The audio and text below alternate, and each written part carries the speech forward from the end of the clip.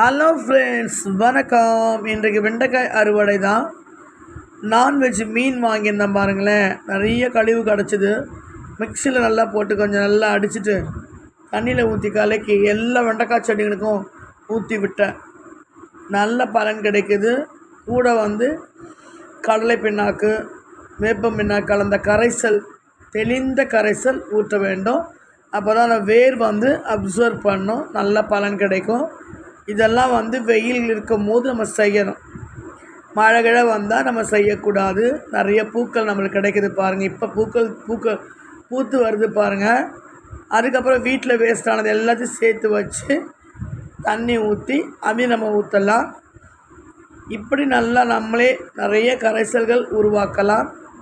வேப்ப இலை, முருங்கை இலை, கருவேப்பிலை இலை, இதையெல்லாம் வச்சு காய வச்சோ இல்லை ஊற வச்சோ வாரத்துக்கு ஒரு முறை ஊற்றலாம்.